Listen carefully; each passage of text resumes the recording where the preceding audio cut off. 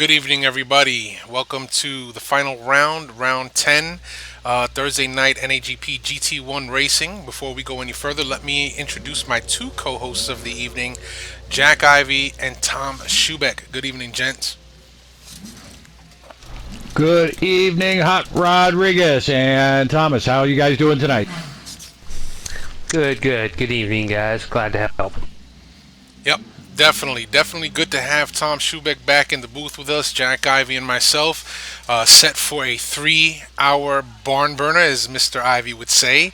We're here coming to you live from Le Mans, France, and boy, what a track! We saw a quick qualifying race last week, 30 minutes, and these boys laid it down.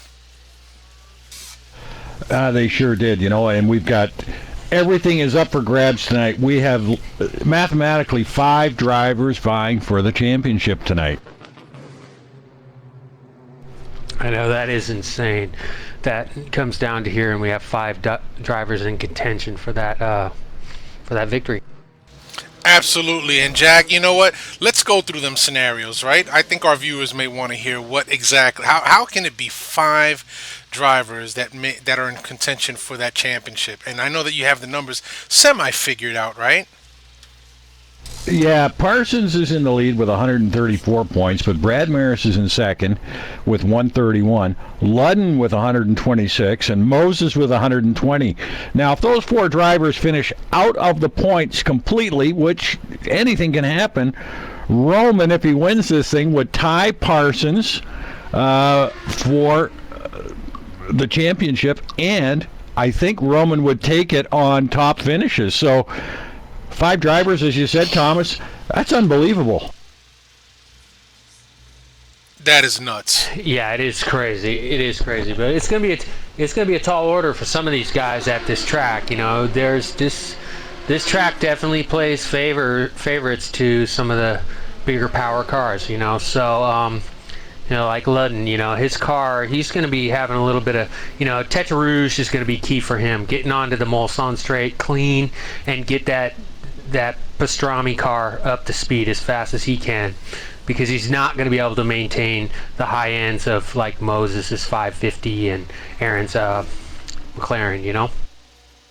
Well, that being said, I mean, we had some intel supplied by one of the top drivers around here, and some of these guys are going to need 3 stops, and Ludden might be one of them. So if he's running max RPMs for 3 hours, he may have to make that extra stop, which is going to definitely be huge on his mind throughout the whole race and huge to the results. Yeah, that's it. That is definitely something to take into consideration. It's Moses's 550. That's a cusp car. Aaron's car definitely is probably going to want some fuel. It's a very thirsty car. Brad's car should be pretty good. David Poole's car, he may need it. He's probably a cusp car too. So, those top 10 guys really got their work cut out for them. Yeah, Brad Merys, I think in the Viper, and Chris Moses, in the Ferrari there. Chris is going to be nip and tuck, so he's going to be having to, he's a smart character out there. I don't call him the pit wizard for no reason at all. He's going to have to be Johnny on the spot and watching his revs and maintaining his fuel, because it looks like it's going to be Merys and Moses going for the 2-stopper. Yeah, I mean that would be my game plan in either one of those cars, though I wouldn't be vying for the championship, but still, just as a game plan to go with. The thing is with like Ludden and Parson, definitely in cars that are probably gonna be thirsty enough for 3 stops. Weather, they could be praying for that weather, because if weather gets involved here, that's going to take that 2-stop, 3-stop, variable out, and all of a sudden those guys with those fast little downforce cars are going to be looking good on the back sector, through the Porsche curves and back from the starting line to Tete Rouge before the Mulsanne straight. Well, speaking of some of these cars and what they need to make it, essentially I think they have to average, what was it, 8.32 liters per lap. That translates into 2.2 gallons per lap for these GT1 cars to make it on two stops. As we know, we have some very thirsty 600 plus horsepower cars out there. I believe that the Vets and the Vipers are probably the best on fuel, and the Nissans actually are pretty fuel efficient cars too. Well, yeah, but you also got Sporter out there, sitting in eighth in that 575. Now that's another car that's you can group in with that, with the sipper car, So he's kind of a wild card 8-ball out there right now, and he loves this joint.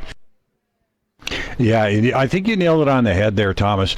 Is if we get any sort of weather, pop up, that whole 2-stop, 3-stop thing's gone.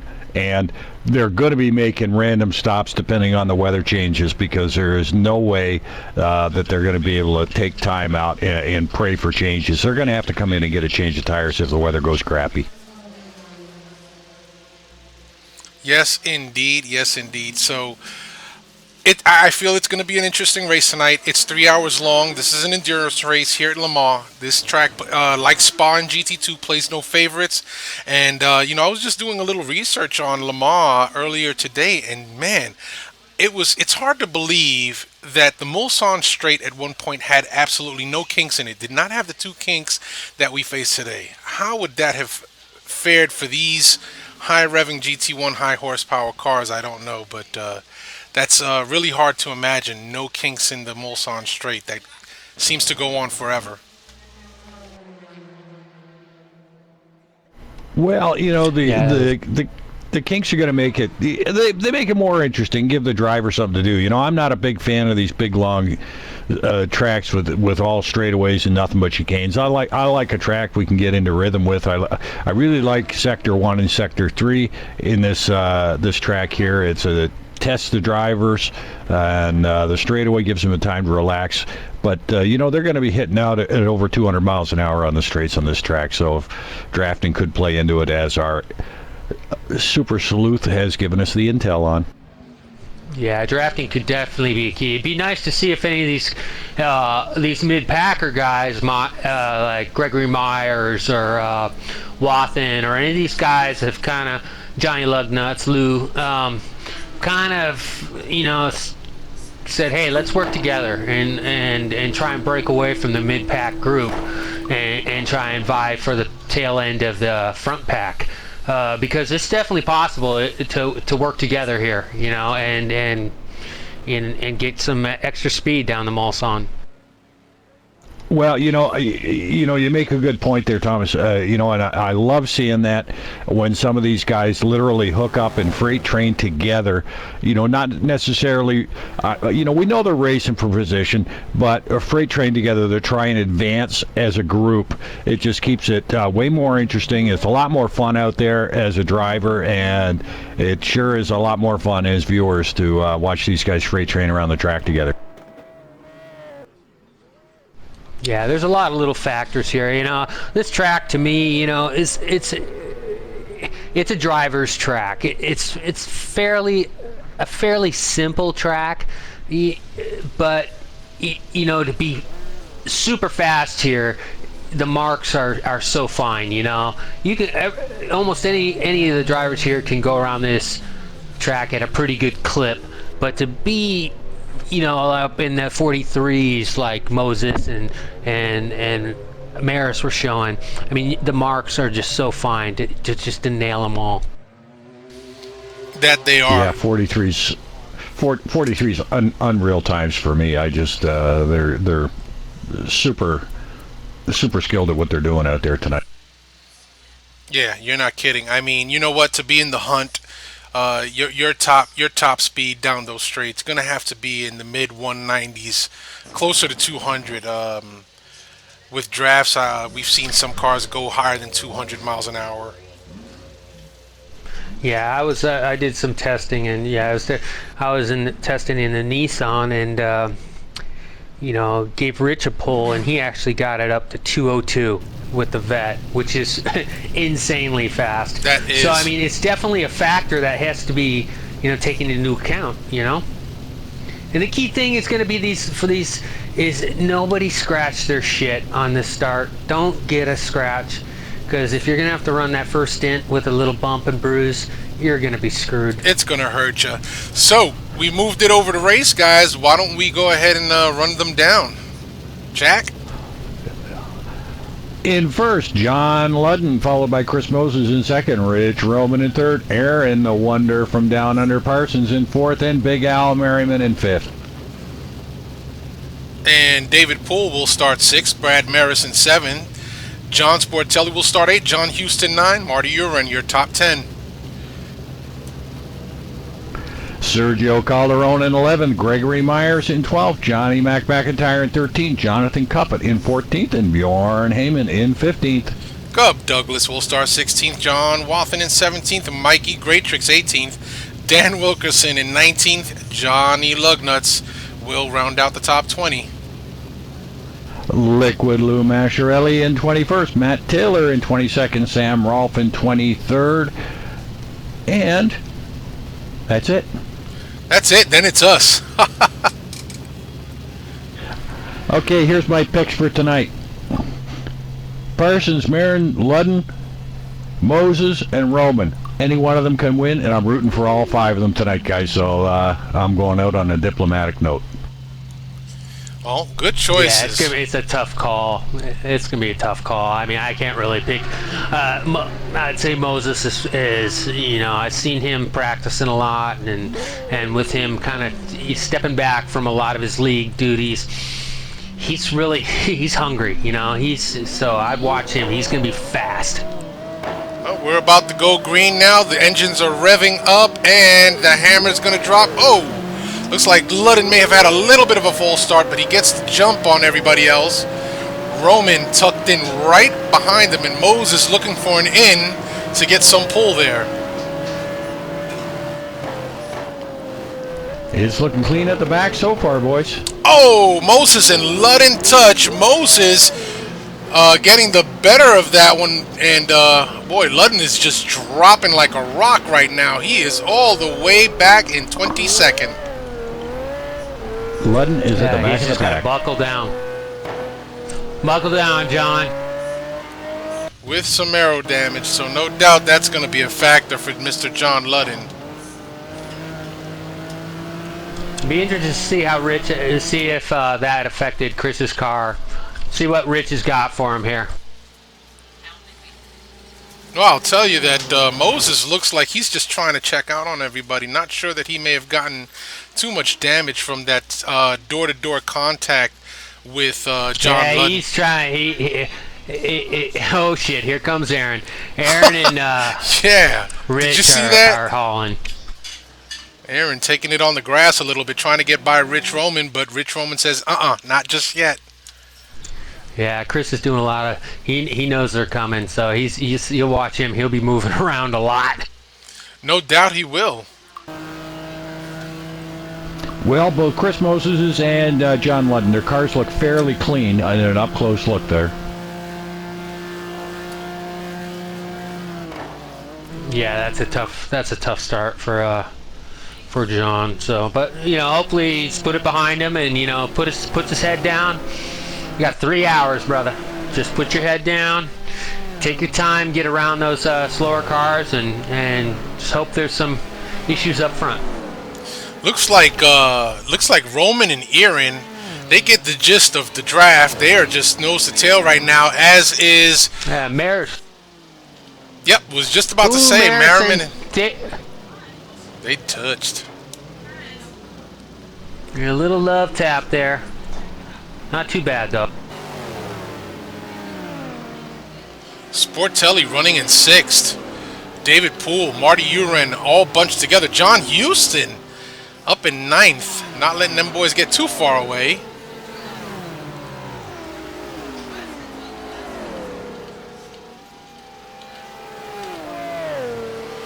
John Ludden already making up 4 spots. He's up to P18. Yeah, and it looks like John Ludden and Matt Taylor Matt's trying to catch up to John and keep it interesting back here, but Ludden is quickly making his way through the field here. Dan Wilkerson driving the Panos. He's mixing it up with the likes of Mike Greatrix, Matt Taylor, and Sam Rolfe in the back. But these guys are going at it tooth and nail right now.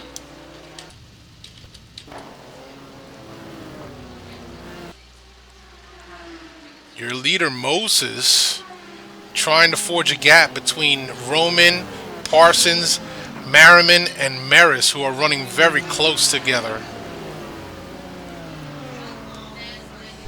Yeah, I mean, Aaron and Rich really need to try and work together here a little bit. I mean, it's hard to do. In principle, saying it, yeah, whoop-de-woo, you know, in the situation, it's difficult to do, but they can't let Chris get away. That's now true.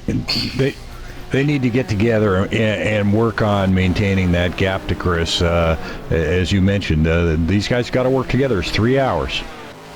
That's like Brad is really hounding Al.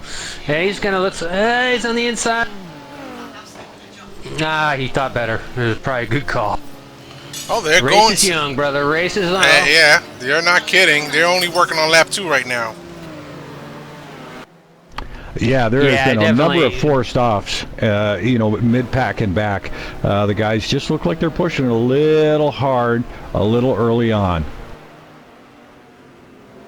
Well, you kind of have to. You can't let that leader get too far out of reach, because it's disheartening when somebody, just walks away from you, So if you can work together and keep him, pressured to push harder and harder, hopefully he'll be the one that makes the mistake. Well, I got to say that big that big Viper sure has power down the straightaway, because Brad Merys sure is closing the gap up on Big Al. Yeah, but that thing is a flying brick. So once he gets clear of Al, it's going to be hard for him to push by that 550, because that thing is not shy on the balls either, man. That thing can haul the mail.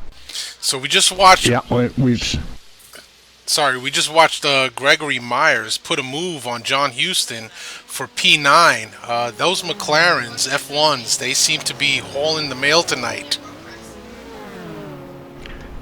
Merys and Al side by side into the chicane.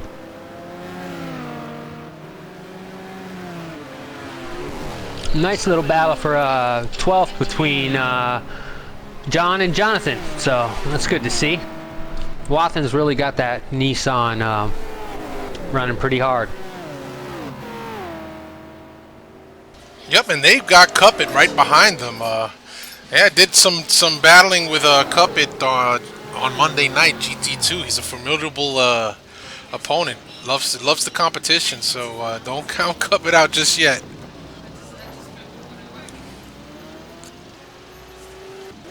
Sergio nearly puts it sideways. Lets John Ludden get a little bit closer, but here comes Cuppet right behind him in P13. Yeah, and in 6th, 7th, you got Sportelli and Marty. Sportelli really trying to break up the draft for Marty, make it difficult on him. So Big Al lost it and dropped the spot to Brad Merys. yeah, Brad was pushing him hard, Oh, Brad was up his tailpipe. Oh yeah, he was. Al's got a real fast car here at this joint, so if he can keep his head down and not be too hard on his equipment, he should be fast, pretty fast through his whole stint. Yeah, you can bet that Al and Chris have worked on their setups. I mean, we know Chris has got the out-and-out speed, so a lot of that I'm sure Al has picked up on, and hey, he's running P5 right now and looking pretty steady.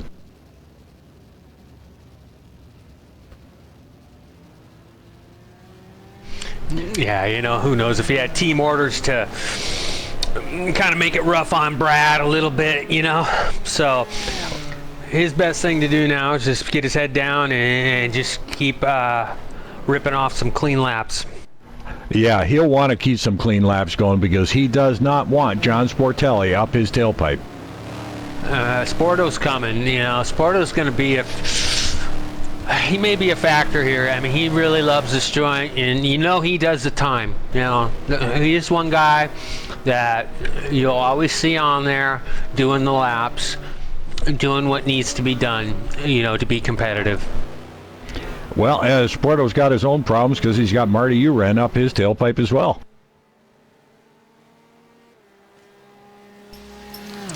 Just a quick update. Ludden's up to 16th now and getting ready to start working on Johnny Mac. So he's steadily coming back through the field, so good on him. Well, it looks like Sporto may be having some type of connection problems. He seems to be warping a little bit on my screen. That would be a heartbreaker.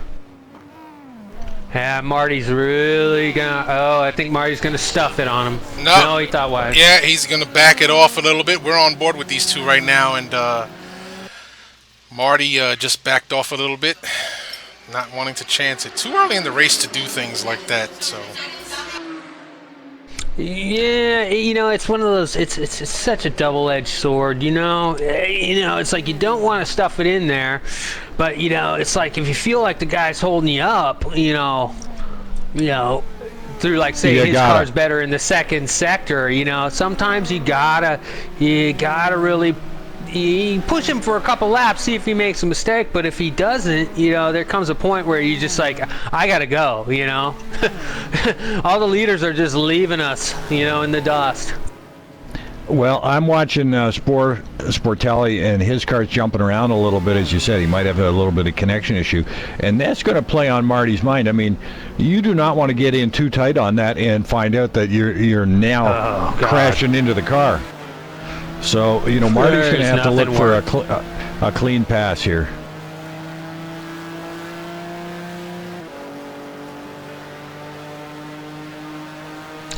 Got a nice little battle for 11th through Wathen Cup and Sergio Calderon. 11th, 12th, and 13th. Battling hard. Well, it looks like Cuppet is going to be putting the moves on Calderon. It's a drag race. Let's play some chicken. And a big Corvette comes out in front. Yeah, look at that, Andy. But don't count Wathen out. Wathen is right in there with them. Yeah, man, that little Nissan can get up and go. Oh, and they have just run down Houston. Yeah. Oh man, they're in whatever that circus car is sandwich right now. And just when Houston was probably thinking to himself, man, I could take it easy. Well, he's got a bunch of them. You know, he's got Wathen, Calderon, Cuppet, all chasing him down now. And in fact, Bjorn Heyman is saying, I want to join this party as well. So Bjorn's putting the hammer down, trying to catch up to Wathen. Yeah, that Koenigsegg should be good here through the Porsche curves and, you know, back all the way through the front, front sector.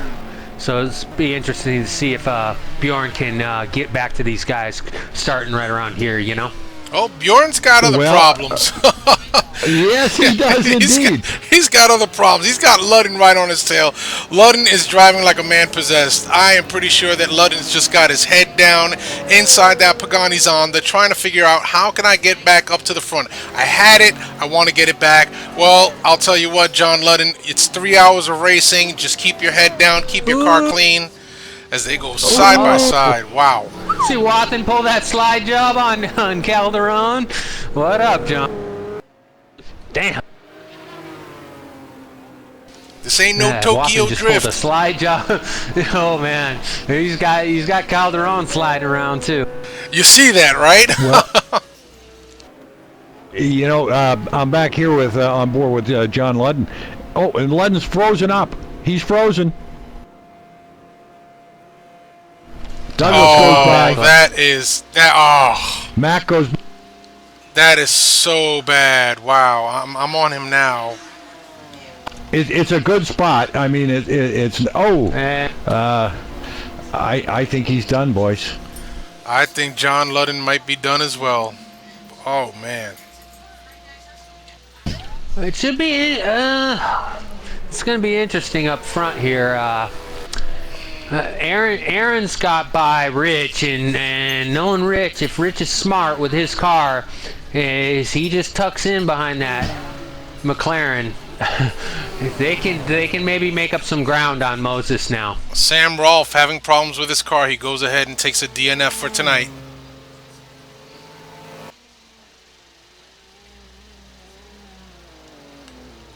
Just a little weird the way the server's been acting tonight. I know that we had some problems with it a little bit earlier today.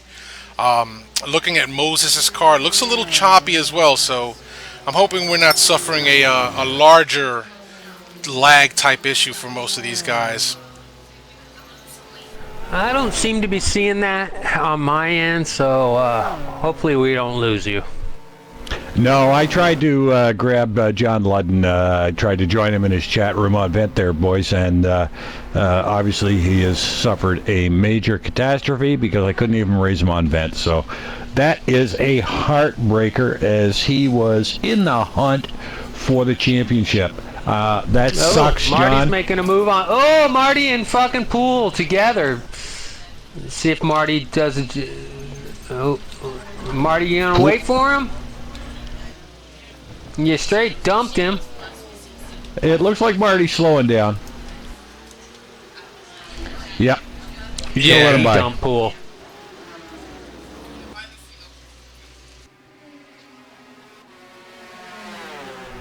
I mean, Marty doesn't want to slow down too much, but I'm sure he's going to give him that spot back.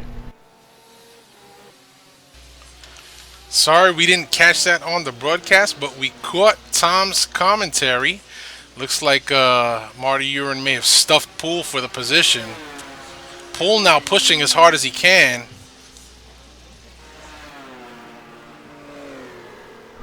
Yeah, I was just on board with Marty, and it sure doesn't sound like he's backing off to let David catch up. But he doesn't want to back off too much, but he should give him the spot back in the same lap, I would imagine.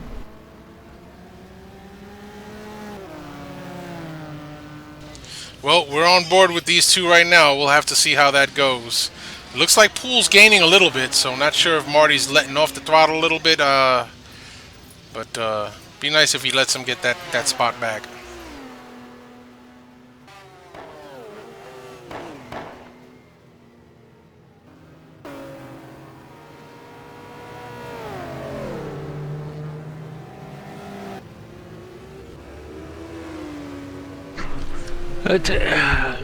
Still, Merys, yeah, he's pretty good. Yeah, I would think that Viper for going through that Tetra Rouge to get on the Mulsanne, the Viper's really gonna be rough. You know, that's gonna be key to nail that turn to get the speed. Boy, we missed the overtaking here, but Parsons up in second right now. Yeah, they've been like that for a while, and I think Rich is kind of, just going, okay, Aaron, I'll try and push, you pull, let's go get them, and they've lowered that gap. That gap has come down to the lead about 0.8, so I think they're trying to work together to get back to Moses. There's a 2.7 second gap between first and second here in Parsons, and about another second and a half back to Roman. So, yeah, these boys, they would benefit most from getting together, drafting around the track, first, maybe even the second stint, for as long as they can, and try to make up that gap to Moses, because Moses seems to be running a 1-in-1 wing setup. A little farther back here, boys, when we had that big battle going on for P10 through 15, it looks like Cuppet and Houston have been swapped positions now 3 times in the last lap, as they are the last 2 cars that seem to be battling up front. Everybody else is sort of spaced out, but it is Houston and Cuppet, like I said, they've swapped positions 3 times in the last lap, so they're having a good battle going on back here. And you know what? That gives you all the excitement you could possibly want racing with these cars. GT1, these things are so fast. And we just jumped on board with you, Jack, with Jonathan Cuppet right now, and Houston not letting them get too far. But you know what? Not too far behind them, Sergio Calderon and Bjorn Heyman. They seem to be working together and trying to lessen the gap to these first 2.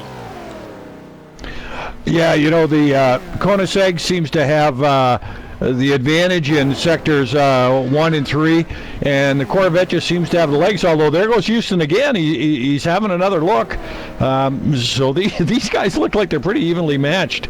This could go on for quite a while here.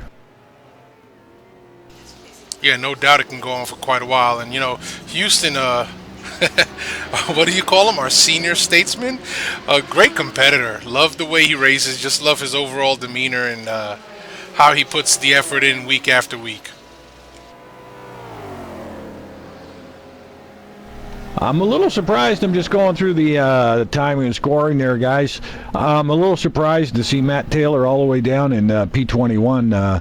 Not sure what happened to him. I'll try and get an update for you. Just jumped on board with John McIntyre. Looks like GM Racing running P15 and 16.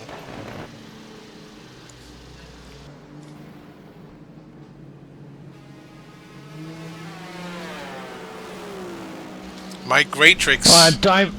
Go ahead. Timing and scoring.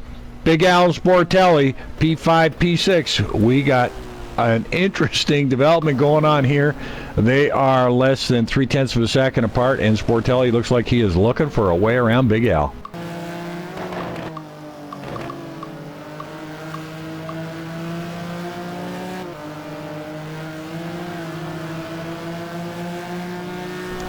And I hate to even mention it, but it looks like Big Al might be having some connection issues. He definitely is.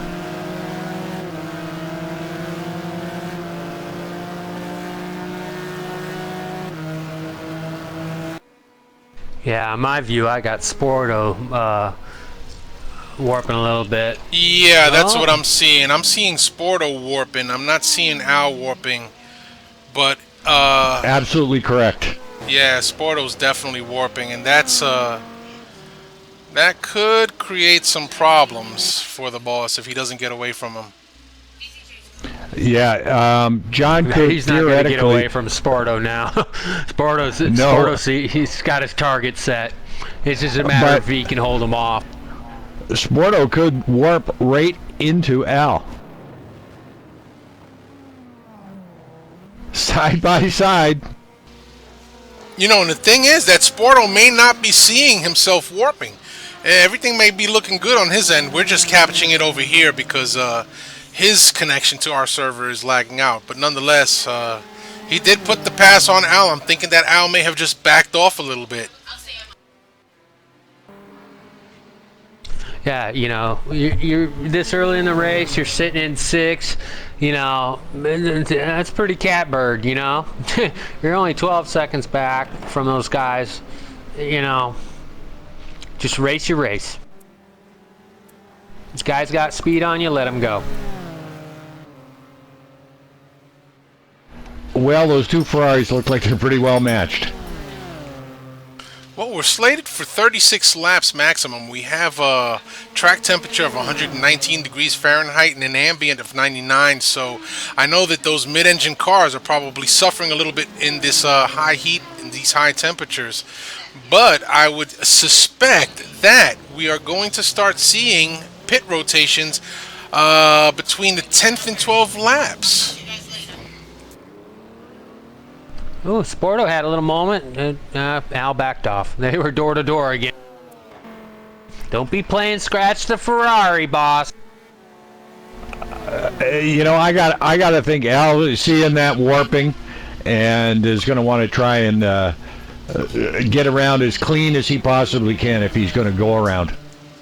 Well, currently I see that the warping for Sportelli has stopped. I'm hoping that his ISP may have stabilized a little bit, but it was definitely on Sporto's side that the warping was occurring. Moving up a little bit, Brad kind of running out there by himself. Parsons still trying to chase down Moses. He's getting closer. But we're also going through the last sector, where that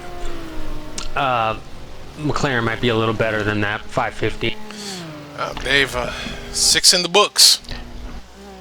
Yeah, that gap between Moses and Parsons is pretty static right now. So they're pretty evenly paced right now. They've got a 2-second gap between them, and it is sticking right around that mark there, just around the 2 and a bit seconds away. So pretty evenly paced. Aaron's closing in certain sectors, losing in others, but definitely he does not want to let Chris get out of sight. Well, one thing that we can be certain of is that Chris set up his car for these long straightaways, because that Ferrari just stretches its legs as they go down the Mulsanne straight. On board with Parsons looking ahead, and it looks like Moses is just pulling slightly away as they go down the straights, as we lose sight of Moses. Well, if Parsons can hold his position in second, he's got the Drivers' Championship in the bag.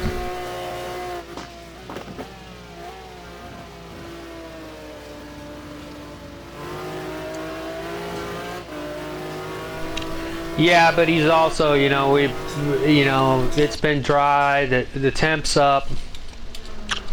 He's got to push hard, because I mean, as his game plan's looking, it's like, okay, I'm gonna have to make, as it sits now, I'm gonna have to make that third stop. Moses, if Aaron's pushing him hard enough, Moses may have to make, get a splash of fuel too. So it'd be in Aaron's best interest to push him as hard as he can and get Moses not to be able to conserve any fuel, because that 550 is going to be on the cusp of a 2-stop car. Bang on the nail head. I'm a little farther back. P9, P10, Cuppet and Myers, they're duking it out pretty good here. They're coming down the back straightaway, and they've been swapping side-by-side action for the better part of a half a lap now. Yep, just taking a look at Gregory Myers. He was trying to peek down the inside there for a little bit, but Cuppet had just a little bit more at the end of that straight.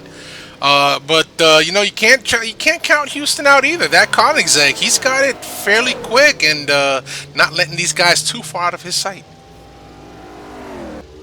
No, he is going to be in this mix very shortly.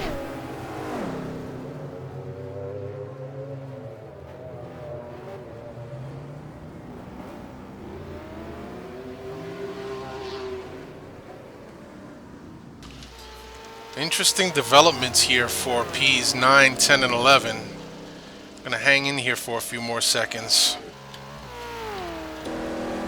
Yeah, you do what you need to do, Ken. I'll keep you updated on timing and scoring. Yeah, just a little note, a little farther back here, we've got 15 and 16, McIntyre and Douglas now. If Gup can just get his, up a little closer, these two as a team could start the freight train up. Yeah, it looks like they've been trying to do that since the word go. And let's just take a look at those two real quick, because John McIntyre and Gup Douglas are both still carrying success ballast, 88 pounds and 66 pounds respectively. So I think that's what's hurting them at this point. I mean, Moses has got 44, about half of what McIntyre is currently carrying.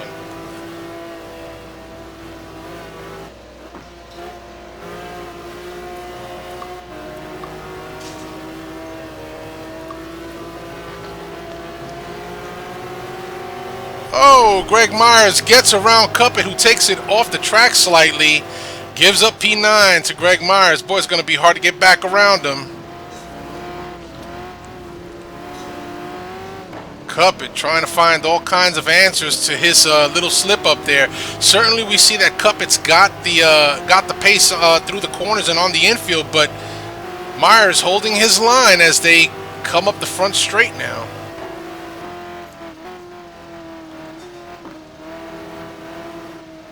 Cuppet thinking just a little bit better of it, gives Greg Myers a little bit of breathing room, but it's not going to let him get too far away. He wants that P9 back. Yeah, he's going to try and stay tucked up in behind Greg and try and get a good run off one of the corners onto the straightaway and pull a draft and get by him again. Just a little update on your P1. Chris Moses has opened up a 5-second lead now. Yeah, that may be the fact that these temperatures are probably hurting Aaron on the tire side pretty bad. He'll need to make some adjustments to pressures and compounds probably in the first pit cycle. Yeah, they're running lap 7, so they've got at least another 5 to get through. So Aaron's probably roasted as much of the tires as he wants to at this point. Cup it getting that C5 Corvette up to 201 miles per hour down the first part of the Mulsanne straight. Now pulling right up on Greg Myers. Gonna take a look inside. And is he gonna get it done? Yes, he is. Wow, that was a really nice pass by Jonathan. I mean, I was worried there he was going in so fast into that corner. And good on Greg to give him the room, too. I mean, Greg saw him coming and gave him the room. And here comes Greg again. Yep, these two are battling it out. Good battle going on for P's 9 and 10 right now. Good stuff.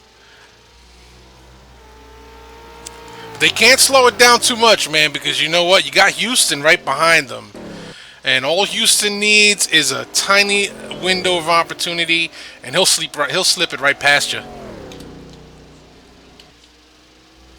Going a little. Yeah, Sorry, go ahead. If these guys get into battling, it's going to cost them some time. So right now, they're running around 10 seconds behind Poole, which is in 8th, the next spot up. It would probably benefit them just to hook up together and run some solid, decent laps to close the gap up to P8. Currently on board with John Wathen in P13. He is running a solid race himself. Has that Nissan. Looks like it's trimmed out really nice as he's taking these corners real tight. Getting right back down on the power and just shooting down these straightaways. Right behind him, Sergio Calderon. Running in P14, John McIntyre in P15, and Douglas right behind him in 16th. Mike Graytrix had a little bit of a battle going on with Dan Wilkerson, but he seems to have pulled out a bit of a gap over P18 Dan Wilkerson now. Lugnuts running in 19th. Matt Taylor in 20th with the red Ferrari F40. And Liquid Lou in 21. Yeah, Houston had a little bit of a bobble, and he has let his teammate Bjorn Heyman get by. So Bjorn is up into the P11 spot with Houston sliding back into 12th.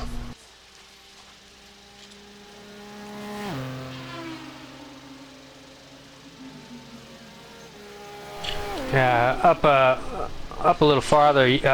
Merys is really pushing hard to catch up to Rich, and he's getting close. I had just jumped on board as you started to announce that, Shubes, and yep, we are on the window cam, on the hood cam, I'm sorry, with Brad Merys as he starts to just reel in Rich Roman. So one's got to start to think, are these our tires starting to play a part here? Well, maybe, but you know what? These are two wily characters we've got here. We got Roman and we got Merys. Are they going to battle for the spot? Because farther down the straightaway, in my view here, I can see our P2, Aaron Parsons. So if these guys were to hook up and draft each other, they may be able to run Parsons down. Yep, and they are not far behind Parsons at all. Yeah, I would think one of their problems would be just maybe tire pressures, because this temperature's gone up so high, If they would have, aired on the higher pressure side, those things may be ballooning and giving them some unruly characteristics, Whoa, whoa, big tap. Oh. Merys in hot. Wow. Well, Rich didn't fare too bad out of that, but Brad sure got himself turned around. Yeah, he sure did. And here comes Stuttering Sporto right behind him. Yeah. Yep, Sparto. He's a dark horse in this sucker. He loves this joint. He's going to be fast, you know it. Yeah, you know what? And he could see that all unfolding in front of him, and is probably chuckling like crazy right now. Oh, he's frickin' chopping at the bit right now. Well, I'll be the first to admit there have been times where I have blurted out laughing at somebody else's misfortune, and you know, it's just a human reaction sometimes as a virtual racer. Yeah, see, I'm the exact opposite. I see that stuff and I get up on the wheel, man. It's on. You guys battle it out. Let me catch up. Yeah, I'm right there with you. I just love it when the guys in front of me are duking it out, because it allows yourself to get set up to take advantage of both those drivers in one fell swoop. But a little farther back behind Sporto is Big Al, and he's not letting Sporto get too far out of his sights. He's still got him in sight. So Big Al having a good race tonight.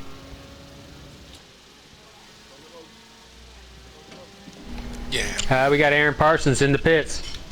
Yeah, definitely. He's probably just conceding to the fact that, you know, his car is going to, you know, he's going to have to do a 3-stopper, and his tires are hurting him right now. Oh, he certainly is. It's going to be a 3-stopper. If he can only go 9 laps out of 36, boy, because we just completed 9 laps. Well, you know, a good move if your tires are going off and you can't do it on 2 stops. You might. Oh, we've got a driver off there. Looks like Rich Rowe. Uh-oh. Just caught up with Rich. you. Oh, he is in the kitty litter. Rich. In the kitty litter, trying to back it out. Oh, what a heartbreaker. Work the clutch, Rich. Work the clutch. And he's got to watch his motor, too. Down to 7th. Oh, he will be fuming. Oh, he's just got to put his head back down. You know what? Oh, that motor's smoking, too. Easy, Rich. You see that thing burping smoke there? Yeah, we're on board with him now. Looking back at his car. Yeah, just short shift it, let it cool down.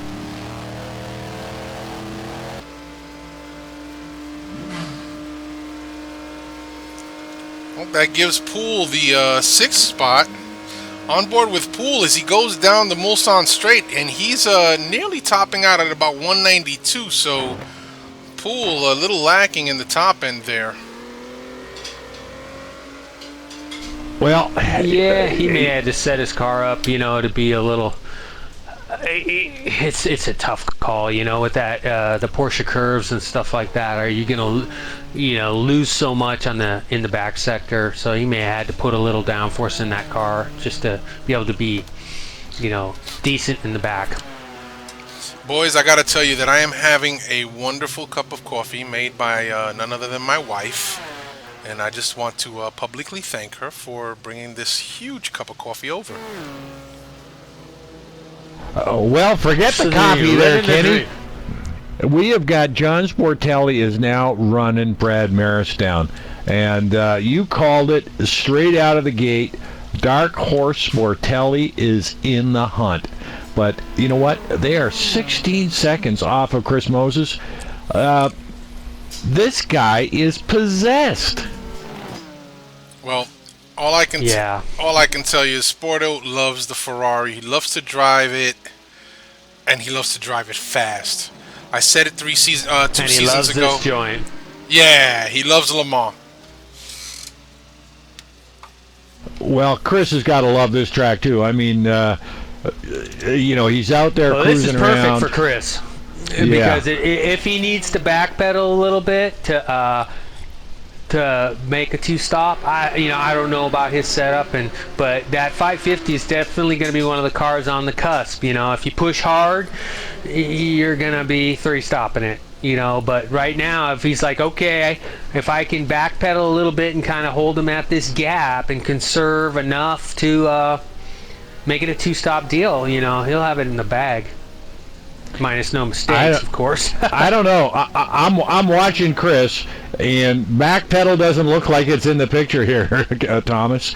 I mean, it's the Chris of old. It's smooth but slidey. He looks like he's in a That's groove. Chris. He's got his head down, and boy, oh boy, this is the Chris of old, and good for him to be back. Yeah, I mean, really, you just I guess I can get on. You got to ride along in his car and listen. You know, if he's coasting, you know, is he coasting in? You know, it's like just he may be looking like he's driving the same, but he may be just not blipping the throttle on entry. You know, those little teeny things. You know, you're saving, you know, a tenth of a liter. You know, a lap. You know, maybe all he needs. Well, I gotta say that Chris Moses tonight, your race leader, running in P1, he is driving an absolutely brilliant race. Hey, he's been possessed for the last 3 races. I mean, it's just nice to see that, you know, he's, you know, set it in his mind, you know, to run like the old Moses, run hard and you know, go for it all.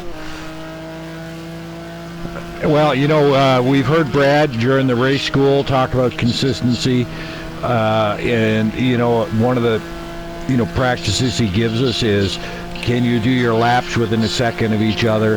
And if you take a look at Chris Moses' lap times, which I've got up here on the screen right now, guys, he is within a second from his second lap to the last lap he just turned. He's within 1 second.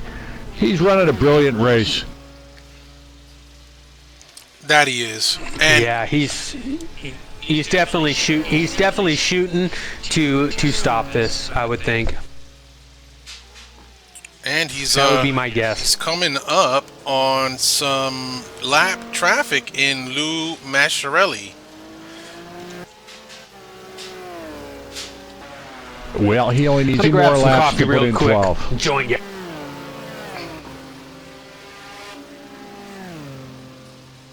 So in P2, Sportelli has pulled out a 9-second lead over Brad Merys.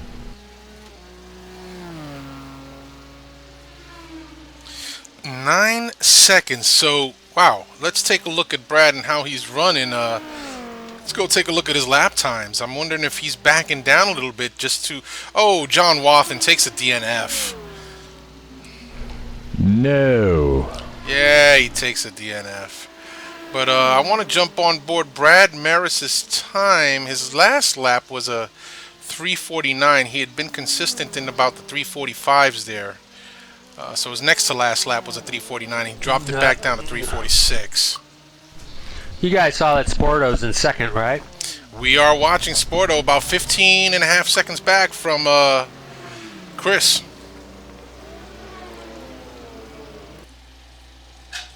Yeah, I would think maybe Brad's feeling the tires too.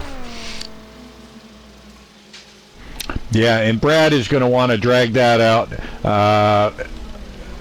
to a 2-stopper. But, you know, that 575, I think that's in a 2-stopper as well. So, I mean, Sporto's got himself in good position. It's not the fastest car, but basically probably the best balanced car. Power and weight, you know, and just overall balance. It's a great car, that 575. Wouldn't catch me dead in it, but well, I'll tell you this much, boys, about mid-pack right now. Sergio Calderon running in P10. Aaron Parsons, P11. So Parsons about to put the moves on Calderon to get by him. And it looks like Calderon has not made his first pit stop yet. So this is a position swap that would have happened nonetheless, even when Calderon comes into pit. Yeah, boss is in the pits. What lap is it? Lap 11. So see, Al may have to 3-stop this. It is going to be close.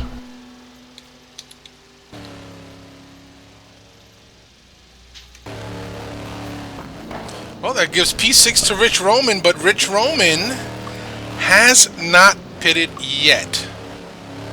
Or has he? He's got a 419 lap. Oh, that's when he went off. Yeah, he's not pitted yet. No, and he'll go out straight to the 12th. Bjorn Heyman in the pits.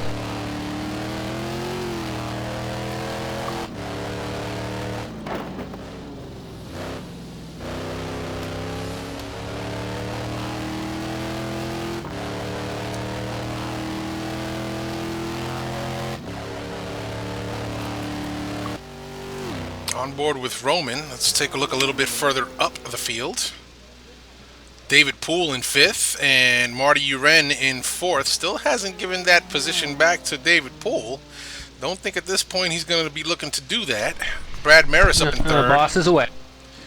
Sportelli up in 2nd, and the pit wizard Chris Moses in 1st. So, what do you think, Jack, Tom, Moses? 2 stops? Absolutely. Yeah, I think his teammate isn't saving the fuel that Chris is. I think Chris is modified his driving somewhat to make it a 2-stop. To be able to get into a 2-stop window. Well, boy, I gotta tell you this. Chris Moses is here. He's back. He's making a very clear statement and putting everybody on notice. For those of you that are not aware, he did announce his retirement from the admin side of the house, but he is not retiring from at least GT1 racing. So if this is anything remotely close to what we're going to be seeing out of season 23 from Chris Moses, I got to tell you, even our fastest top guys, they're going to have to watch out.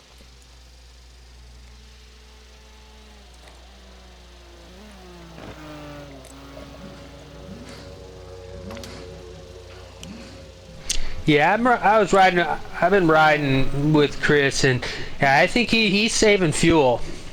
If you listen to his car, he's doing a lot of coasting and stuff where you can just carry speed, and he's not working the throttle that much. So he's definitely probably on that, 2-stop strategy. Save as much as he can, get him easily into that window. He's in. And he's in. Yeah. So he was averaging about a 3:45 lap time for the most part. And his last lap, this one just now with a 3:47, and now he's in the pit. So we're gonna stay with Chris Moses and see what he's doing. See how it works out for him. Sporto in right behind him. Yeah, I got my eye on Brad Merys. Brad is into the pits. So your front runners now all coming in. Yeah, that's 2-stop. And Marty Uren. Merys in hot. Marty Uren also coming in. Let's see what David Poole decides to do. I don't know if David Poole's going to decide to stay out and... Nope, David Poole's in. Yeah, if one of these guys is staying out, it's you may be screwed, or, I don't even know if you can get back around. You just have to, if someone was in your box, you'd just be screwed. It should be enough pit stalls here for this field. Roman in the pits, and Cuppet now comes in. Well, let's see what Aaron Parsons in the McLaren F1 is going to do. He already pitted, so I would think Aaron's on a 999, and these guys are doing 1212. Yep, that's my guess too. Yeah.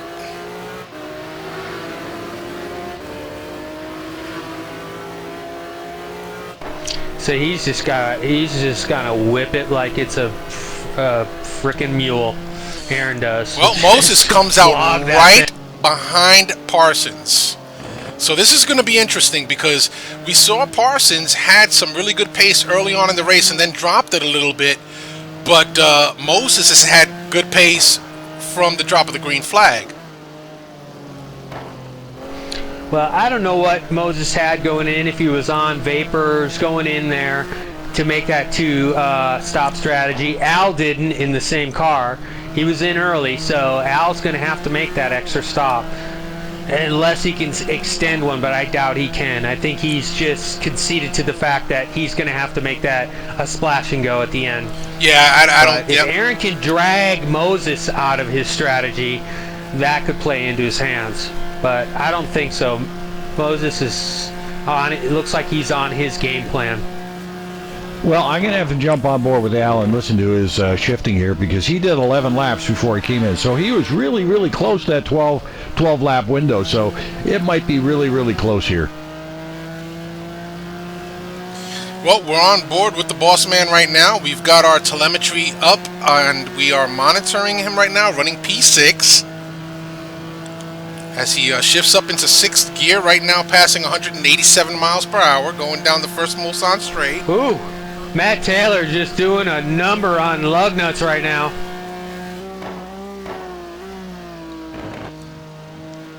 Topping out Don't at dip a tire in the 198. grass, Matt. You got.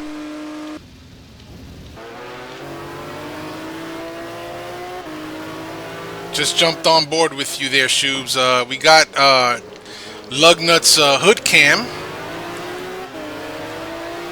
Yeah, Matt just Johnny must have had a little bobble, because Matt just went by him like, see ya, I'll be in the next time zone in a couple seconds here.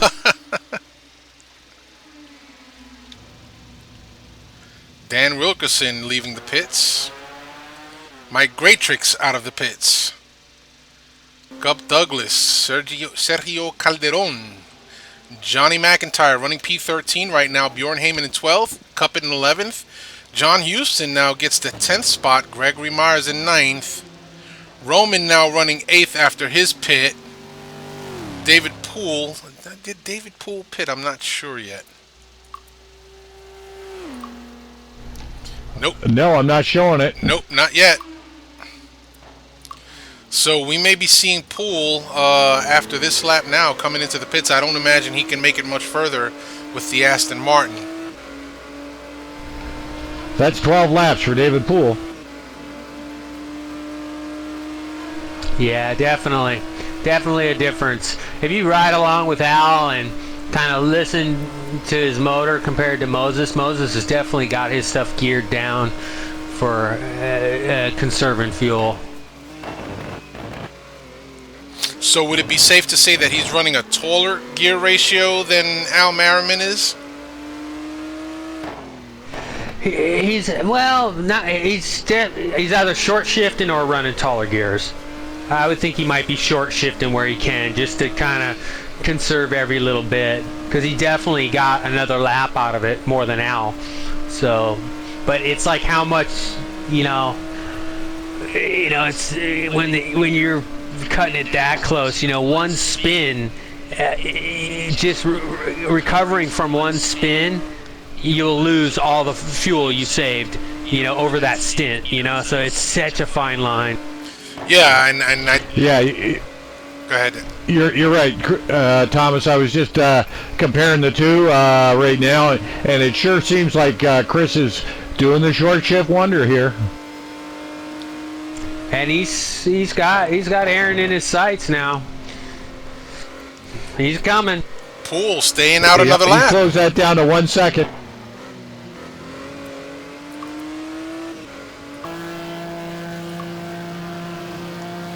Jumped on Well, board. David Poole sounds like another one that is sounds like he is short shifting that thing as well. Just jumped on board with P2, Chris Moses. We're on the hood cam with Moses looking ahead at Parsons, and I had no doubt that it was just a matter of time before he was going to start pulling up on Parsons again. From the green flag, Moses showing great pace here. Phenomenal top speed. Right now, as he just shifted into 6th, already up to 190 miles an hour.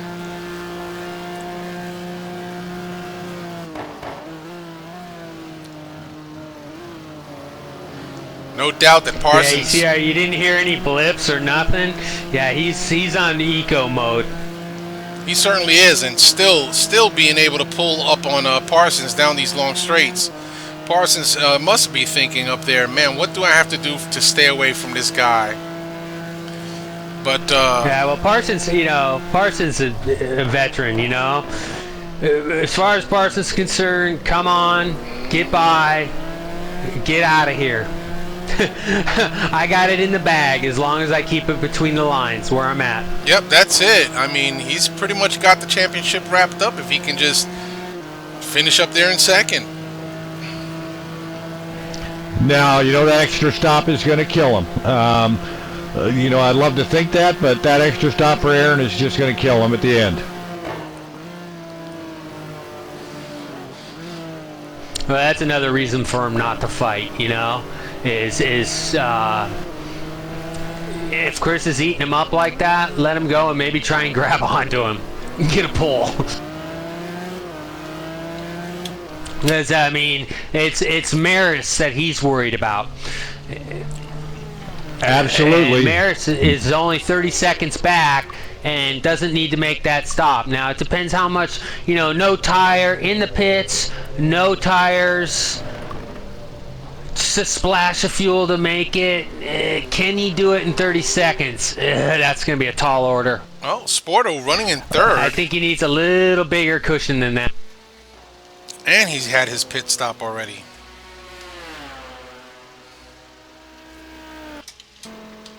Whoa, Aaron has a moment, big moment.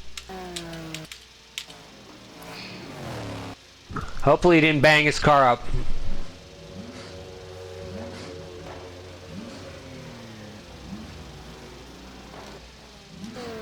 He had a scary moment there. Coming out of the Porsche curves, he lost it. I don't know, see if he banged his car up. He did. He's got some left front damage, and that's going to cost him some aero speed. Oh, yep, I am on board, and we're looking at that damage right now, so... Oh, tough break for Aaron Parsons. He's in trouble. Yeah, for sure. Begs the question, will he get it fixed in his second stop? Oh, he's got to. Yeah, you got to. He's going to know right now. After this next right-hander, he's going to know if he's going to need to get it fixed. I couldn't tell if he was pushing too bad there, but he's going to see what he gets on the top end. Marty And this should be a 199 car. Yeah, easy. Marty Uren up into P4 now. Starting to hunt down Sportelli. So Sportelli with a rear view mirror shot of Marty Uren in the blue Ferrari F40. And boy, Sporto is just warping really, really bad. Wow.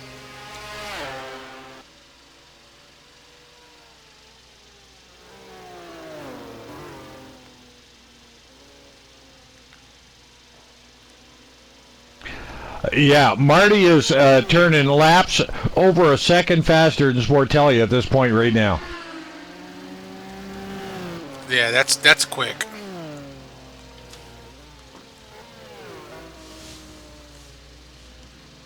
Has Sporto got any damage? Did he have a moment? Let's look at his timing here. Nah, no, it doesn't seem to. Car looks good.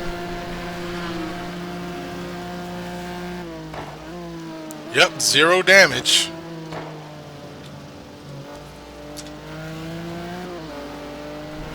But of course, you got to keep in mind, Marty is definitely on a 3-stop.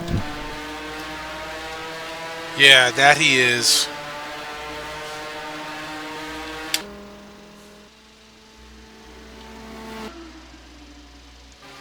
Brad Merys running in P5, not too far behind Merys. I mean, not too far behind Uren. It's going to be interesting to see how this one shapes up.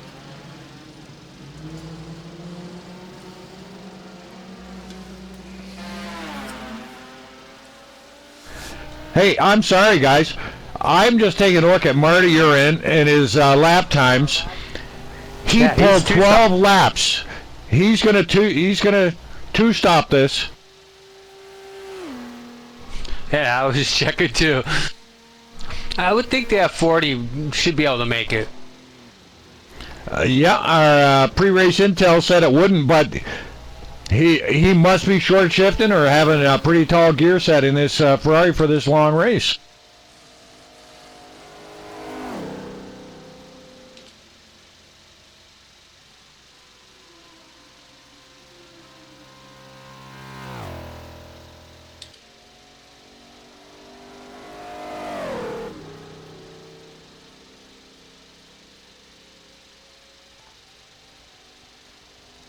Taking a look at Bjorn Heyman running in P12 right now as he comes down into Mulsanne. Looking smooth. A little farther up, we got P8 Rich Roman, David Poole, and Poole has just put it into the kitty litter, lost some time, so Roman's closing the gap.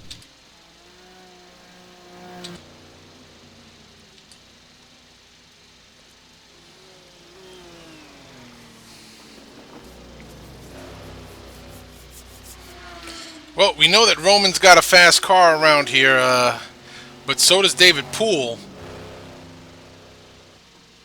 Not an easy task to catch Poole when he's on his game, so if he can keep it between the white lines, he should be all right. I got Matt Taylor showing up, DNF.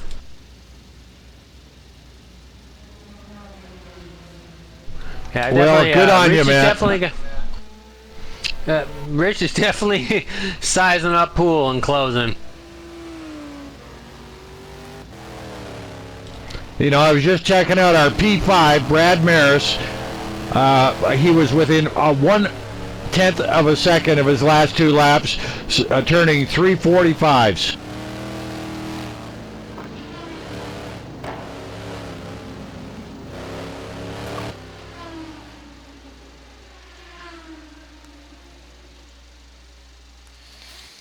Looks like the big Aston Martin may have a little bit more through the curves and on the infield versus the long straights.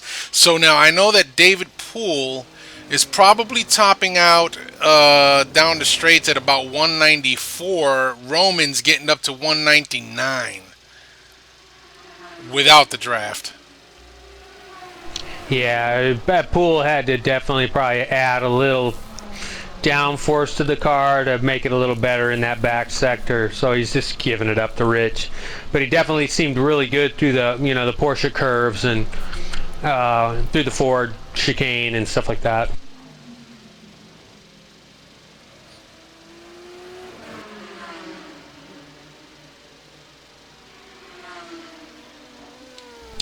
Brad just cleared some lap traffic, no problems. He's pushing hard to get up to Marty. The boss running in P6 comfortably. He's out there by himself, but he's running a comfortable race right now. Brad Merys up in P5 and Marty Uren in P4. Little battle shaping up there, and Sportelli in P3. So I think within the next couple of laps we may have a 3-way battle for the 3rd position.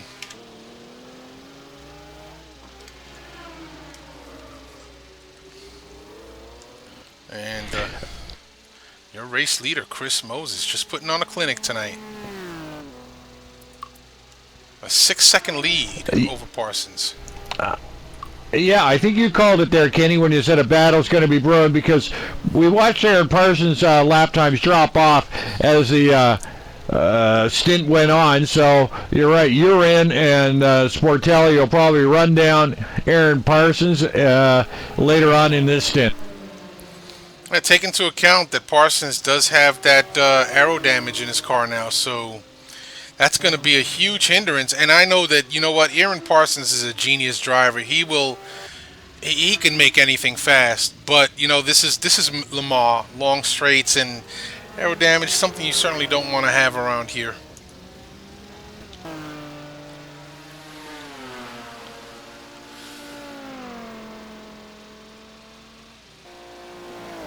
Well, the boy that Aaron's going to be watching is Merys, and right now there's no way he's going to get in and get the fuel he needs and get out ahead of him with the gaps are how they are. So that's going to be his biggest concern.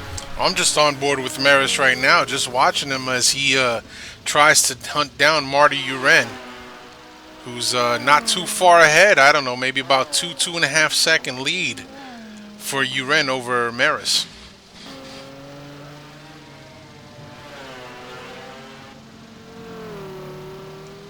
But looks like Merys means business. I'm watching him as he's apexing these corners and hugging these sweepers real tight, minimizing the time around this track, and he seems to be gaining ever so slightly but steadily on Marty Uren.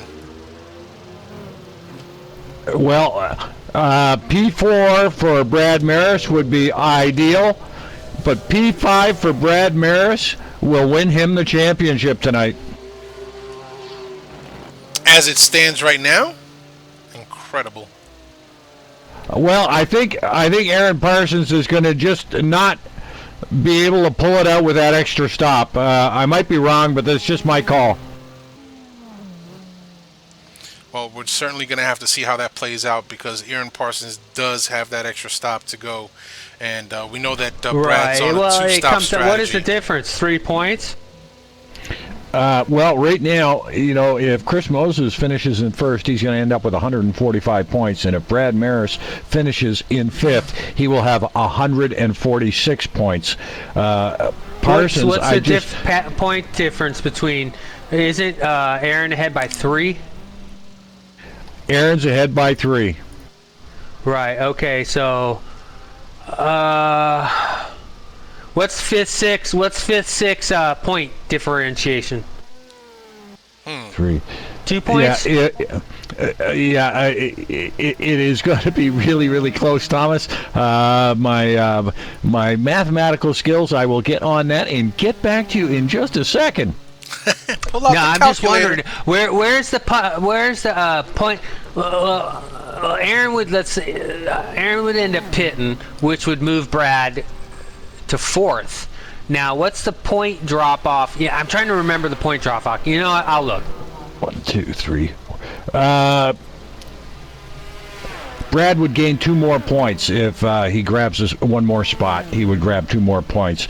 I'll figure out where Aaron has to finish to win this thing, but it's going to be interesting to see where Aaron actually comes out. I don't know how far back he's going to take.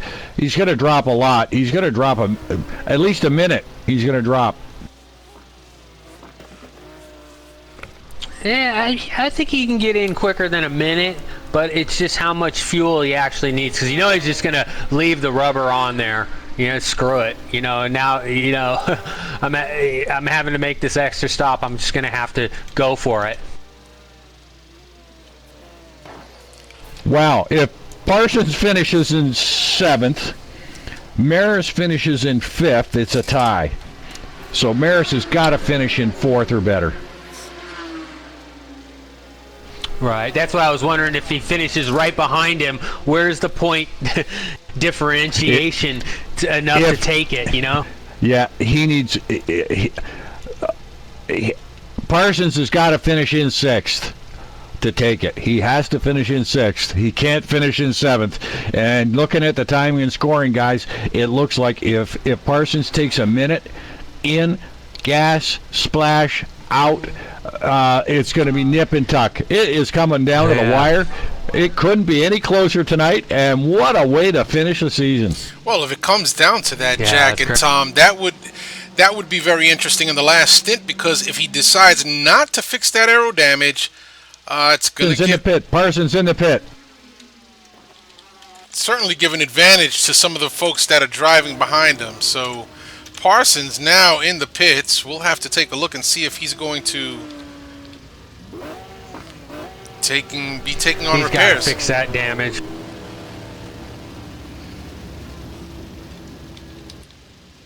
Well, because they'll fix that damage while they're doing tires, and he's got to take tires. So Parsons is off keeping already. The car clean for that double stint.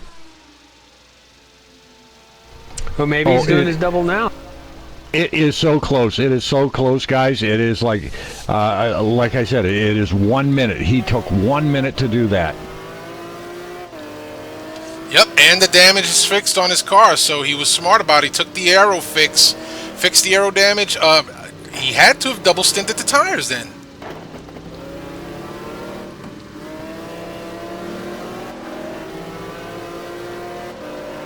Very, very interesting. It's going to be crazy. It is crazy, Tom. I mean, this is just bizarre. I can barely keep up to what's going on here, so at least we got a little bit of time to figure it all out. We're running lap 17. Well, here's my question. If he did double stint them tires, what's the benefit at this point? Is it beneficial to double stint your tires in the middle stint, knowing that he's got to take that extra stop, it's just going to be very, very interesting to see how this plays out for him. It's a, it's a tough call at a joint like this to do it, but it's like, I guess for me personally, that makes more sense, because to have the fresh rubber at the end, and then I can push as hard as I can to try and get where I need to be to Brad Merys to take the victory. Whereas if you have the used rubber at the end, you're kind of just going to be along for the ride. So he's kind of maybe just doing the, well, let's see where the chips lie. I'll have my last stint. I'll have a fresh car, and I can just go for broke. Yeah, like I say, he needs 7th or better. And Brad's sitting right where he wants to be right now in 4th. So, boy, it is close. Even with the extra stop, this is going to be really, really close. Yeah, you're not kidding. I mean, right now there's essentially a three-way battle for P2, because you've got Sportelli, and not too far behind him, you've got Uren, followed by Merys. And these guys seem to be holding the gap steady right now. They're not pushing way too hard, but just very interesting how this thing is going to all turn out, because we know that Sportelli's not in the mix points-wise for a championship. So, will he be playing spoiler here? Well, I hope not. I really hope that he doesn't play spoiler. Uren comes into the pits. You're in. It's Sporto, man. In a car he loves, at a joint he loves, he's going for the win. The pants down, he's going as hard as he can right now, and as hard as he can isn't fast enough to catch Moses right now, but that's what his side is. Well, he is matching Chris Moses on lap times right now. So that tells you he's pushing as hard as he can. And my hat's off to John. He's running a great race. So now we have the boss, Al Merriman, currently running in 4th. Brad Merys up to 3rd. Sportelli still in 2nd. And Chris Moses, of course, your leader, who has placed a substantial gap between he and Sportelli. I don't see Chris giving up too much. I don't see Chris giving up the lead to anybody in this race tonight. If he sticks to his strategy and his plan, it's going to work perfectly into his favor. Sportelli, however, in 2nd, that's quite interesting. If they keep Parsons far behind, right now Parsons currently running in 7th, and I believe that he needs to finish 5th or better. Is that right, Jack? Parsons needs a 7th or better. 7th or better. So Parsons is. He might need a little more than that now, because Brad's on the podium, and he's getting extra points for being on the podium. So, Aaron's got his work cut out for him, big time. Yeah, Parsons has got a 3-point advantage as we sit right now. But it's all coming down to the wire. I mean, Chris is doing what he needs to do. He needs to win to make it mathematically possible. He needs this win, and he needs Parsons and Merys to somehow, finish a little farther back, to give him this win. But, man, I'll tell you guys, I'm looking at Brad Merys' lap times, and they are within 0.4 of a second. The last 5 laps are 3:44.4 to 3:45.4 to 3:45.8. This guy, talk about a clinic. I know Chris is running away with it, but Merys is putting on a lapping clinic right now. No doubt that he is our resident driving instructor. That's what he's got to do. I mean, he's on his game plan, man. That's perfect, Because if he can keep those speeds, Aaron may have a little better time than that for his first 5 laps of his stint. But once his car starts to fall off, Brad does his homework, and I guarantee you he knows what he needs to run, and he's running it.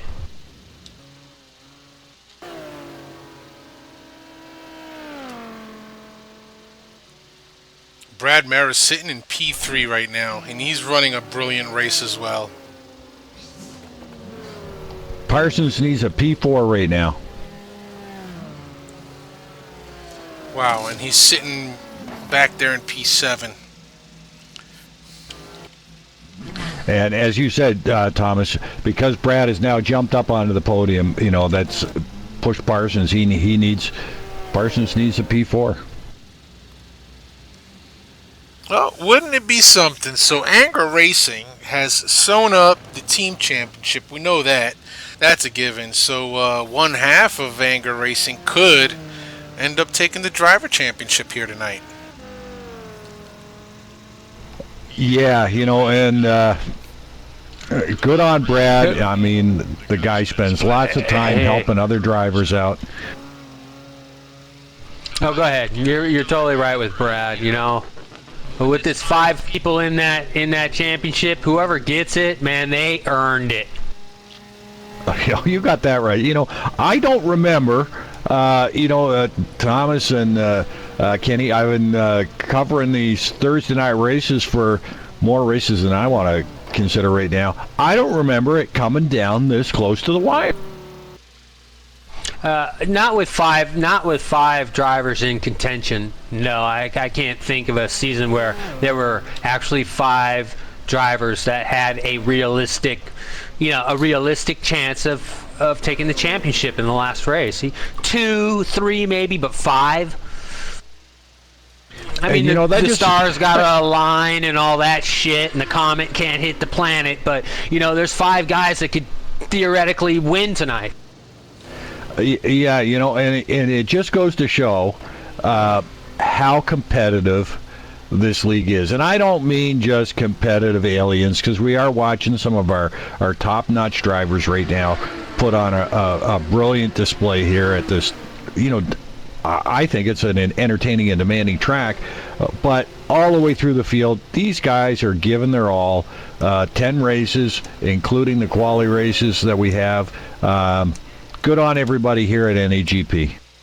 Well, we know that Moses did he lock down? No, that was in GT2. He locked down the competition index. I did not take a look at the GT1 competition index, but it wouldn't surprise me to see Moses up there as well. Dan Wilkerson taking the DNF. Moses had that issue. Last race or the race before, where he locked out. He was doing really good, and he or what's that? I'm getting confused. I know he had a computer issue, one of the races recently, and I don't know if that was a GT1 race. I'm just checking here to see if I can see the competition index, but I don't see it listed anywhere, guys. I'll keep looking. Yeah, I know it's in there somewhere, but where exactly, I do not know.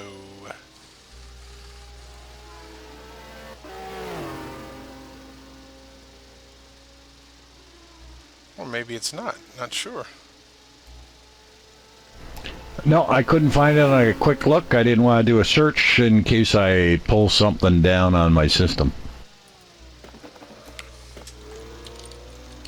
Running lap 19. Chris Moses still out in front by about 25 seconds, and that's staying pretty steady. Yep, that it is. Which is a testament to Sporto, man. He's been holding that at 25 for quite a long time, Moses is probably pedaling him at that gap. Yeah, they are matching lap times pretty much bang on here.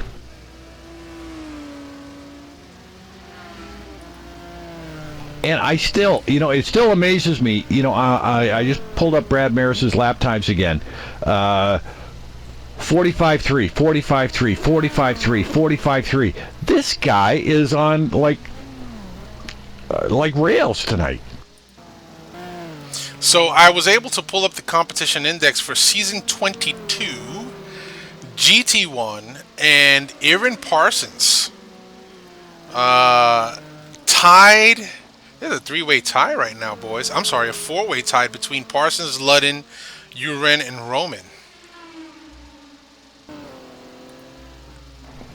Well,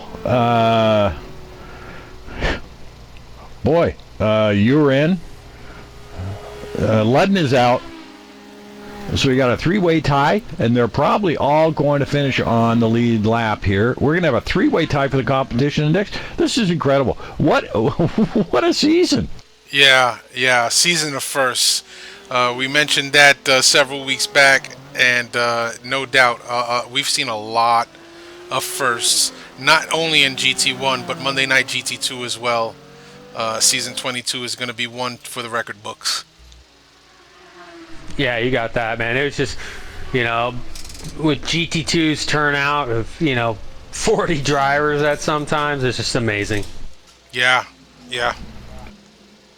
Yeah, I'm a little disappointed to see it tail off on GT1 and even on GT2, guys. I mean, we tailed off at the end of the season. Some of the drivers aren't showing up. So, I just want to put a shout out. Anybody that comes along and watches the broadcast, see some interest here at NAGP, get in touch with the admins. Get checked out, and a checkout, just all we're really looking for is a good stable connection and that you actually can drive a car. And come on out and join us. There's still space. We make space for everybody every week that we can. Big grids. You're not going to find fields as big as you do here, and lots of fun. And the three of us, on behalf of the three of us, you won't find a better group of guys to hang out with. Absolutely. I could not have said that better myself.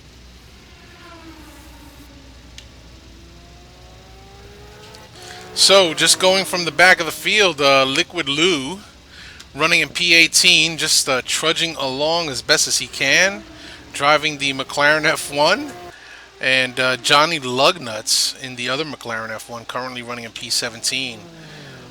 John McIntyre in 16th, and Mike Graytrix now picks up one position and gets it up into P15. John Houston drops a few positions, about 4 to P14. Greg Myers also drops to P13. Gub Douglas to 12. Sergio Calderon is up to P11, and Marty Uren down to P10 after the second pit stop rotations. Bjorn Heyman picks up a few spots up to P9. Jonathan Cuppett to P8. Aaron Parsons holding steady at P7 right now. Rich Roman in position 6. David Poole in 5th. Big Al Merriman up to 4th. Brad Merys in 3rd now, on the like we discussed on the podium, coming up on some lap traffic in the form of one of the Aston Martins. John Sportelli still holding on to P2, and Chris Moses just kind of walking away with it all right now in P1. You sort of skipped over, not skipped over, sorry about that, but, Big Al, boy, he's running a hell of a race tonight. I got to hand it to him. He is right there, sitting in P4, running a great race. So good on Al. You're really looking good out there tonight. I'm watching him. He's nice and smooth, pedaling around there, and a great spot for him to finish in. Yes, sirree.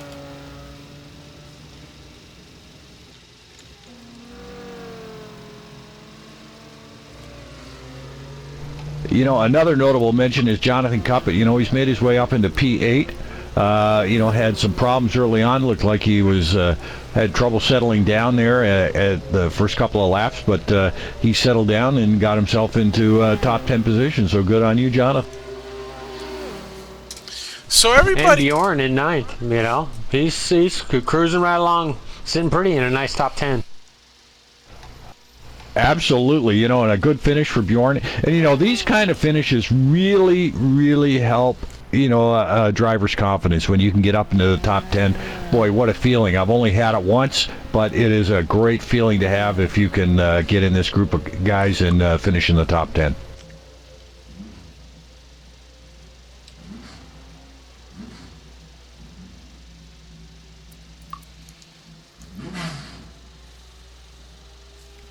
just looking at the timing and scoring right now, so Sportelli to Merys is about a 3-second gap right now, and looks like Merys is just holding that steady.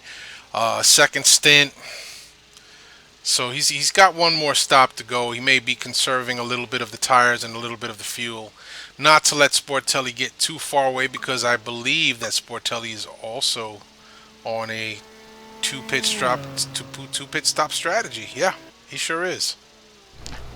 Yeah, Chris had definitely. a That 575's pretty sippy car, you know. Yeah, Chris had a little bit of a moment there in the last lap. Dropped 5 seconds on that last lap. Wow. Yeah. Yeah. He's been steady 46, 45s, even a 44 mix in there, but 5 seconds. Not exactly sure what may have happened to Mr. Moses. Yeah, he might be backpedaling to him too. You know, he might be going, "Oh, I need to kind of feather off the throttle here to make my, you know, because he's got to be right on that window, you know, to stop, and so he's got to make sure he's got to rein himself back, not to push so hard that he ends up needing a splash." So I don't know. And boy, Yeah, I gotta. he's 12 full actually laps see the before moment. stop. And that takes so much discipline to do, if that is indeed the case. Because you know what, the natural tendency of a race driver is floor it when you can. So it does take some level of discipline to strategize, well, to come up with the strategy and maintain the strategy. Huge discipline. Yeah, Well, that's you what know, I was. I didn't see the moment, but that's what I was wondering. I just noticed, yeah, that Sportelli has definitely gained some on him. He may be backpedaling a little bit. Well, you know, he has definitely got enough fuel for 13 laps in that car, judging by his lap times. But, you know, that is tough to get out there all alone and consistently throw those laps down when you're driving all by yourself. And you've probably experienced it. I have. As soon as you start to slow down a little bit, the rhythm goes off a bit. I mean, he's got to turn 345s. That's where he's sitting. He's got to do that. I can't see Chris slowing down and maintaining that rhythm, so he's got to do the 345s that he's used to doing and keep it up all the way and bring it home. The boss is in the pits, yeah. So boss is definitely gonna need a splash, I think.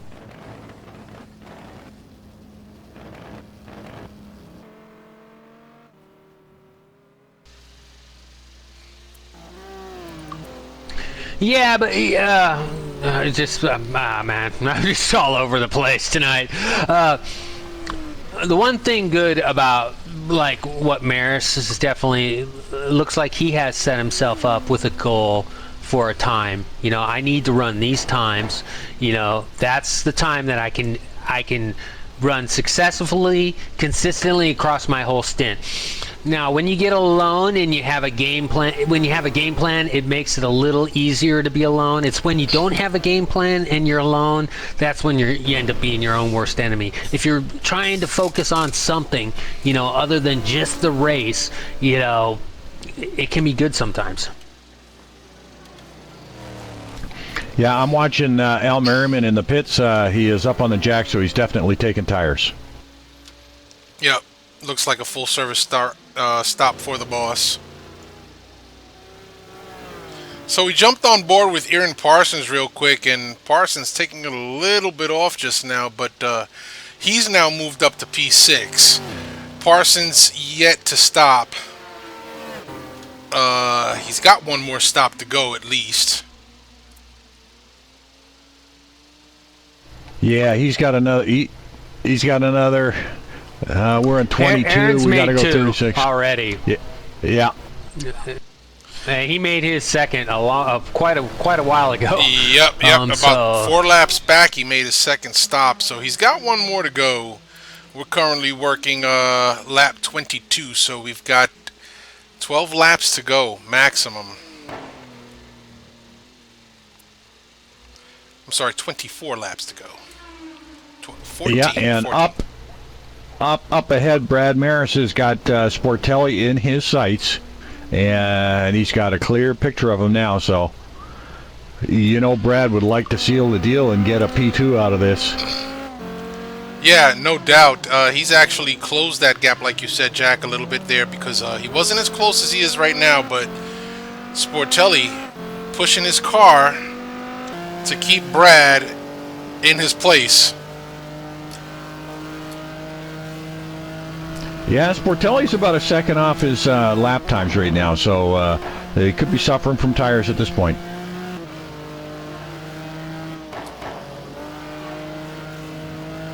Of course, viewers, keep all of this in mind. Up here, this is all just pure speculation. We really don't know what the hell we're talking about, but we're trying to make an educated guess. We are experts in crap. Crap talking.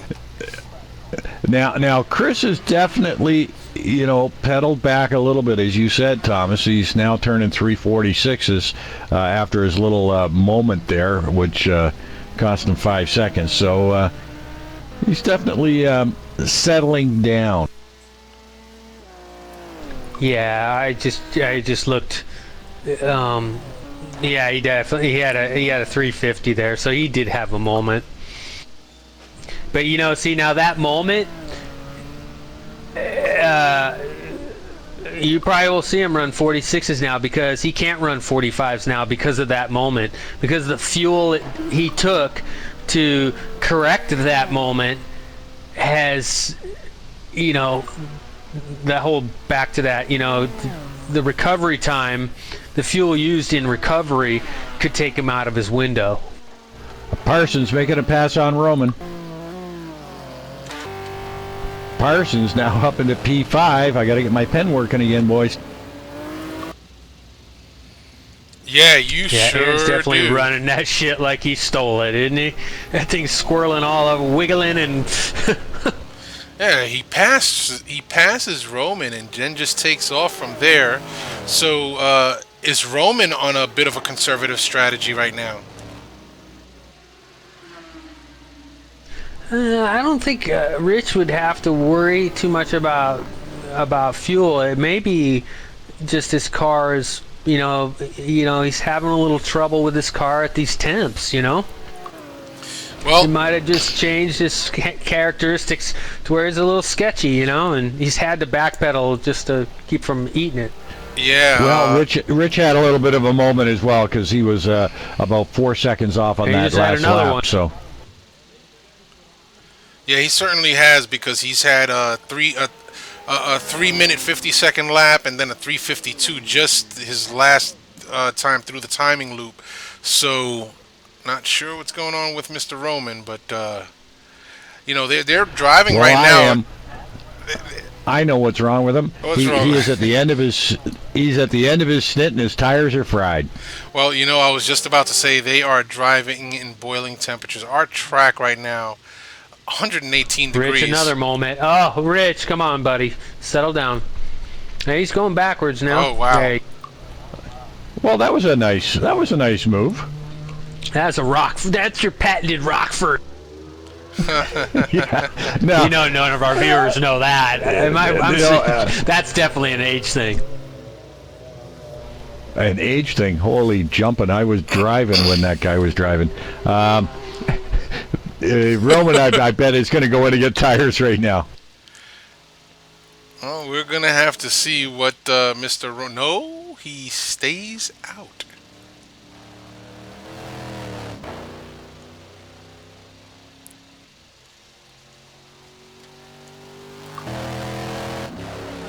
Gonna have to see what happens when he comes back through the start-finish loop. He's got a ways to get there. That spin was the middle of the Mulsanne, so he's just coming up to. Just coming up to Mulsanne corner. Yep. Well, Al has dropped back to P9 now, and behind Marty Uren.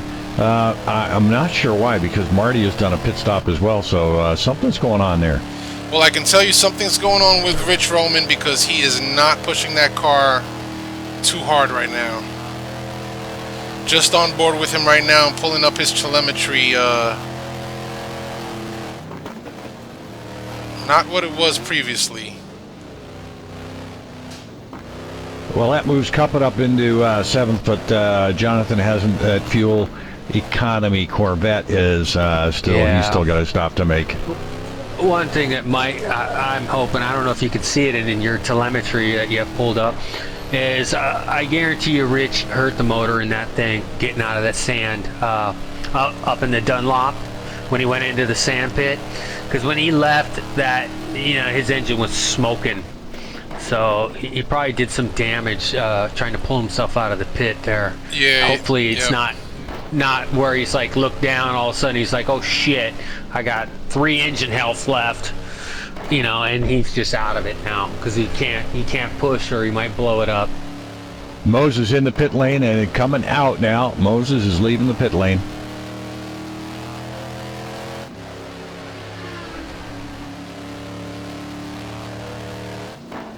Sportelli and Moses in. Parsons is out. Moses is out. Sportelli in. Pole in. Merys in.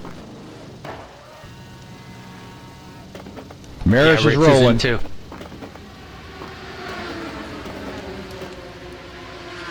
Wow, he might be double stinting, huh? Yeah, it'd be interesting to see if he is. Out in P3, Moses to P2. So we have Parsons out in first. Parsons mowing the lawn as he comes on to what's this? The beginning of maybe not. song? Well, Aaron's turning 346 is 347, so his pace is not quite what it was, although he is on some worn tires, and if he's going to have to double stint, but his track lap times are going to drop him like a rock.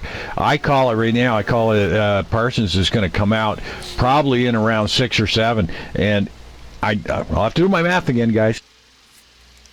Yeah. You mean as it sits, it's not going to be enough. I don't know if he's double stinting this.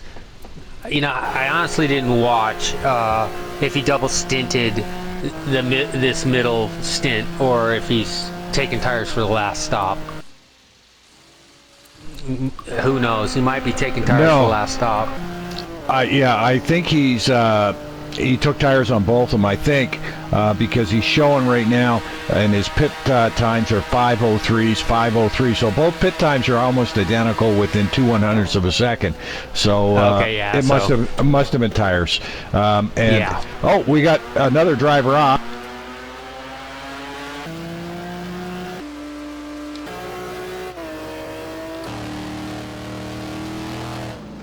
Sorry, I didn't catch who that was. Somebody was in the kitty litter there. That'd be Moses, I think. Could very well be. He is indeed.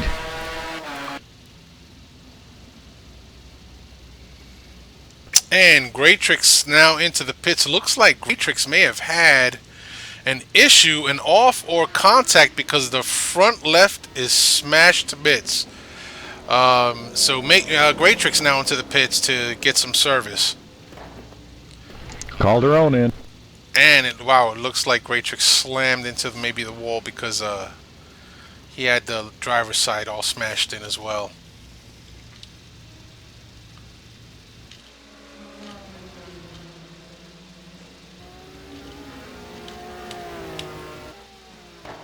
So Parsons now your race leader, and Parsons has been out for quite a few laps since his last pit stop. So no surprise that he's currently running the field. His last stop was, I want to say, what was that? 347 in his last lap.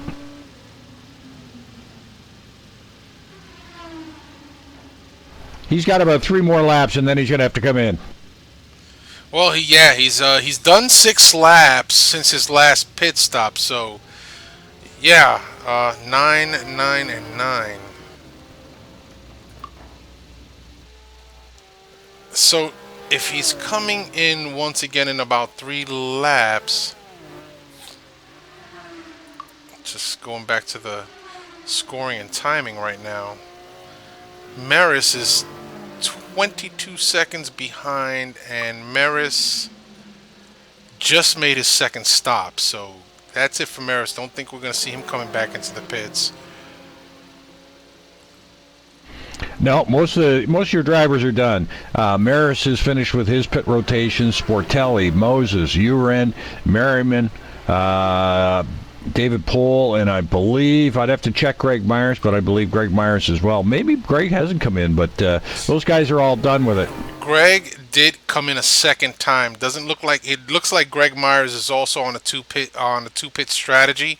So Greg may be done as well. The only the only thing I could foresee for Greg is if he's pushing it really hard, he may have to come in for a splash because the laps that he came in look a little off. But then again, it could just be me.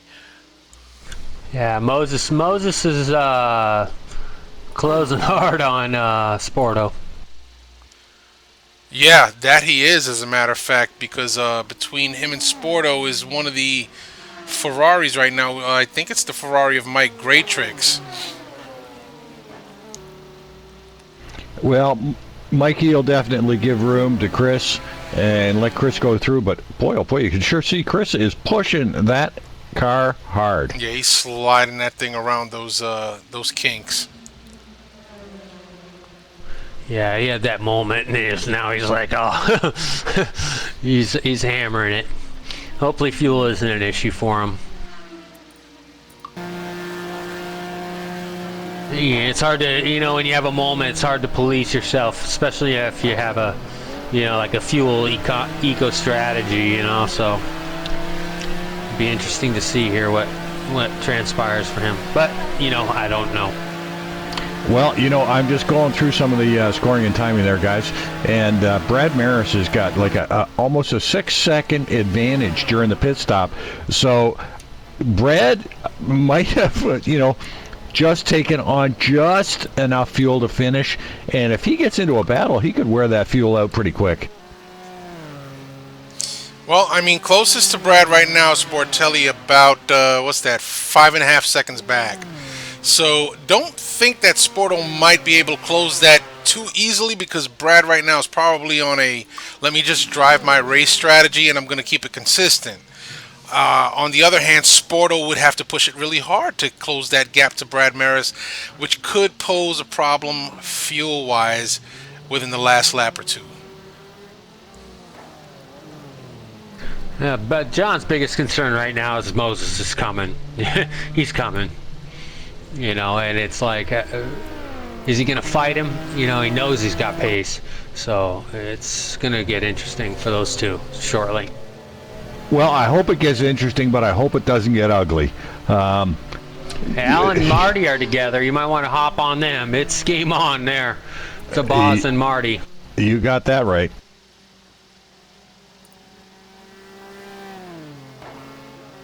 There's about a bumper and a half separating those two guys. Marty's pushing hard.